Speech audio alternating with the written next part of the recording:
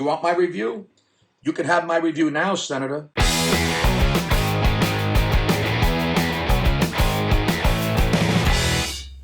Hey, what do you say? My Facebook, YouTube, Twitter, Instagram, Google+, your sister's ass, the Pony Express, Vic Dibitetto here.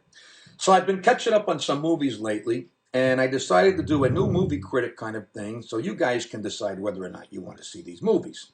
I'm calling this new idea Spoiler Alert, so you have fair warning in case you don't want to know anything about the movie before you watch it. But to be quite honest with you, these are not new movies, so fuck you if I spoil it for you. Look, I've simply had some time off lately, so I figured I would eat some gummies and watch some movies. Okay? Okay. So here we go. Now, my first review is Captain Phillips, starring Tom Hanks and apparently a crew of dopey fucking fanoiks. Okay, here's the deal. Hanks plays the captain of an unarmed container ship with a pretty big crew. Did I say it was unarmed?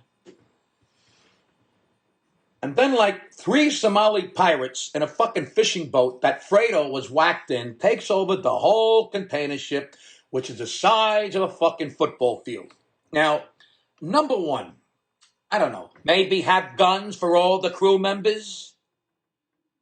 Okay, so these dopes have 0 weapons, and their ship is humongous, and the pirates are in a fucking floating bathtub. So they go alongside the boat and hook a ladder on it. And now they have to climb up a long ladder. I don't know. Maybe drop a fucking refrigerator on them? Maybe shoot the flares right in their faces? Maybe have the crew dump hot oil on them. They have a fucking kitchen on board. Look, you want my review? You can have my review now, Senator.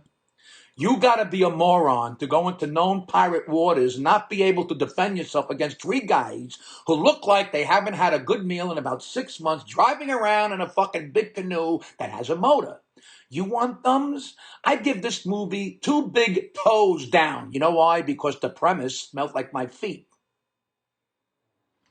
The next movie up for review is Titanic.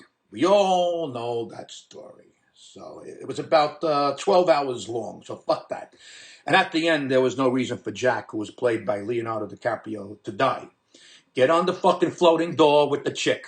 Cuddle a little bit, wrap yourselves up in both your clothes, fool around, use your hands, do whatever you got to do to stay warm and awake and get on the fucking rescue ship when it comes. I give Titanic 2 big toes down simply because you got to have some pair of balls to make a movie that fucking long and then fuck the ending up that bad. The last movie on the spoiler alert is Gremlins. Great idea. But right off the bat, I knew some fucking idiot was going to let them get wet, keep them up later than midnight, and don't let them get into bright light. How fucking hard is that?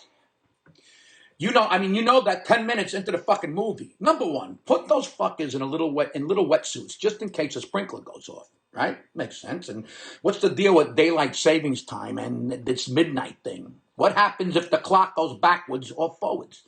That was a big plot hole for me right there. Anyway, give them sleeping pills at 10 p.m. every night, and that would have guaranteed they went to sleep. And the no bright lights? Hello? Keep them in a fucking basement with no windows. And that's how you act as a responsible gremlin owner. I gave the movie 1 big toe up only because it was fun and a good idea, even though the rules for keeping them from being little evil monsters was pure bullshit. And that's that, folks. Thanks for watching.